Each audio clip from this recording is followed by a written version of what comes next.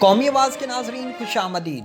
پاکستان کوئی دودھ پیتا بچہ نہیں کہ آج تم پاکستان سے کہو کہ یہ کام کر لو تو پاکستان وہ کام کرنے لگ جائے، اور نہ ہی پاکستان مودی کی طرح تمہارا پالتو ہے کہ تم جو کہو گے مودی کی طرح دم ہلاتے ہر وہ کام کرنا شروع کر دیں گے جس کا خمیازہ گزشتہ 20 سال سے پاکستان بھگت رہا تھا۔ دوستو، ایک کے بعد ایک بڑی امریکی شخصیت کا فون پاکستان کی اعلیٰ قیادت کو کیا جا رہا ہے۔ ایک طرف افغان طالبان عالمی طاقتوں کے ساتھ معاہدے کر رہے ہیں، دوسری طرف امریکہ نے پاکستان پر چڑھائی کی ہوئی ہے کہ تم ہمیں اپنی ایئر بیسز دے دو، ہم افغان طالبان کو دیکھ لیں گے۔ دوستو، ابھی یہ انفارمیشن میں گیدر کر ہی رہا تھا جب میرے سامنے افغان طالبان کی وہ خفیہ کارروائی سامنے آ گئی جس نے میرے تو ہوش اڑا دیے۔ دوستو، کیا ہے یہ چونکا دینے والی خبر؟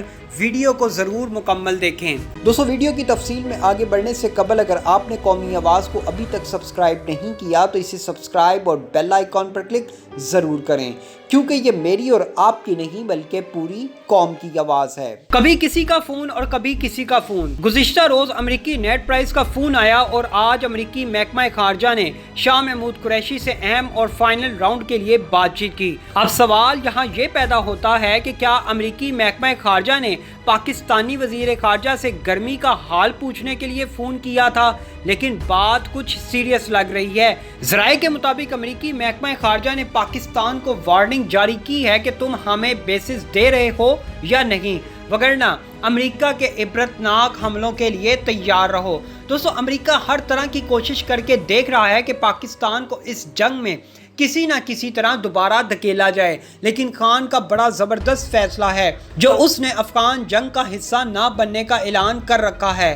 مشیر قومی سلامتی معید یوسف نے کہا کہ امریکہ کو افغانستان سے ذمہ دارانہ انخلاء کا مشورہ دیا تھا، لیکن اب وہی غلطی وہ دوبارہ کر رہا ہے جو 90 کی دہائی میں کی تھی۔ پاکستان شروع سے کہتا رہا ہے کہ افغان مسئلے کا حل جنگ نہیں ہے۔ ڈاکٹر معید یوسف کا امریکی میڈیا کو انٹرویو میں کہنا تھا کہ امریکہ کا 20 سال کی سرمایہ کاری یوں چھوڑ کر جانا سمجھ سے باہر ہے۔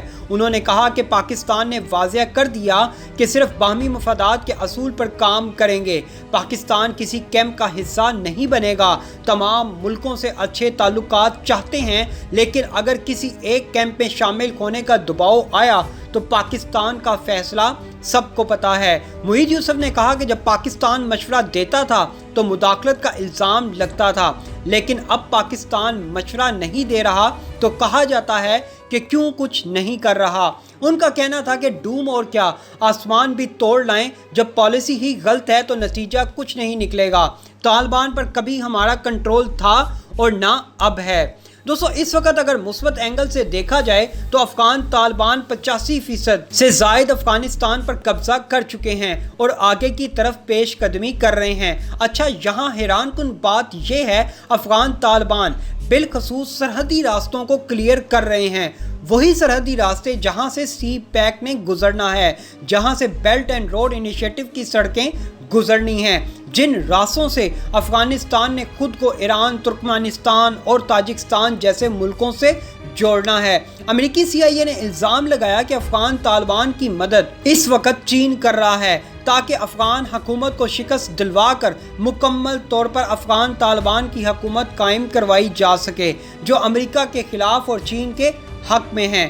مشیر قومی سلامتی نے کہا کہ پاکستان نے مذاکرات کی راہ ہموار کی، لیکن مذاکرات کا حصہ نہیں تھا۔ افغانستان میں حالات خراب ہوئے تو پاکستان مہاجرین کو قبول کرنے کی پوزیشن میں نہیں ہے۔ مہاجرین کا بندوبست بین الاقوامی قوتوں اور اقوام متحدہ کو افغانستان کے اندر ہی کرنا ہوگا۔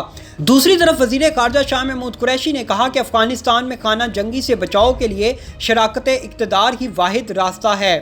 انہوں نے کہا کہ ہماری خواہش اور کوشش ہے کہ ہمسایہ ملک دوبارہ خانہ جنگی کا شکار نہ ہو پائیں، لیکن یہاں امریکہ سمیت دیگر عالمی طاقتوں کو دھیان رکھنا چاہیے کہ اگر جان بوجھ کر ہمارے پر جنگ مسلط کی گئی تو حالات اس سے کہیں زیادہ خطرناک ثابت ہوں گے۔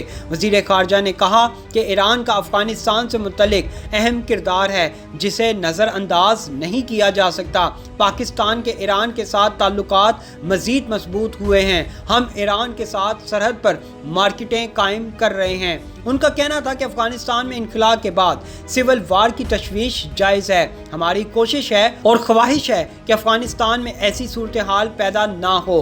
پاور شیئرنگ سول وار سے بچنے کا واحد راستہ ہے۔ انہوں نے کہا کہ ٹی ٹی پی کی مضبوطی پاکستان کے مفاد میں نہیں۔ ان کا کہنا تھا کہ چین اگر افغانستان میں استحکام کے لیے قدم بڑھاتا ہے تو اچھی بات ہے۔ استنبول پروسیس میں طالبان نے آنے سے انکار کیا، لیکن ہم نے افغانستان اور ترکی کے ساتھ سہ افریقی اجلاس کیا تھا۔ کپتان میں ہوں، امریکہ تم نہیں۔ خان آ گیا اور خان چھا گیا، فیصلہ کپتان نے کرنا ہے۔ اگر تم نے کپتان کا فیصلہ نہ مانا تو سمجھو ہم تمہیں کسی بھی میدان میں کھیلنے نہیں دیں گے۔ تم جہاں بھی کوشش کرو گے ہم تمہیں شکست دیں گے، تم چاہے اپنے بھارتی کھلاڑی لے آؤ یا کوئی اور۔ کپتان نے فیصلہ کر لیا، پاکستان نہ تو میچ ڈرا کرے گا اور نہ ہی یہ میچ لوز کرے گا۔ پاکستان آلموسٹ وننگ پوزیشن پر ہے اور انشاءاللہ اگر کسی دوست اسلامی ملک نے پاکستان کو دغا نہ دیا تو یہ جنگ ہم ضرور جیتیں گے۔ افغان طالبان نے راہ ہموار کر لی ہے، بالکل میدان صاف کرتا جا رہا ہے سی پیک کے لیے۔ امریکہ کو فیصلہ یہ کرنا ہے کہ اس نے جنگ کس طریقے سے لڑنی ہے۔ کھیل بہت بڑا ہونے جا رہا ہے۔ اچھا مجھے یہ نہیں سمجھ آتی کہ پاکستان ہی کیوں؟ جاؤ تاجکستان چلے جاؤ، جاؤ انڈیا چلے جاؤ، پاکستان ہی کیوں پاکستان کو امریکہ دلدل میں دھکیلنا چاہتا ہے؟ امریکہ میں اس وقت ڈسکس یہ ہو رہا ہے کہ پاکستان کو بلیک میل کیسے کرنا ہے، کیونکہ پاکستان اس وقت جو پوزیشن لے چکا ہے وہ انتہائی زبردست ہے۔ پاکستان اپنی معیشت، اپنے ملک کو بچانے کے لیے ہر حد پار کر جائے گا، لیکن اب دوبارہ 9/11 والے حالات پاکستان میں نہیں بننے دینے۔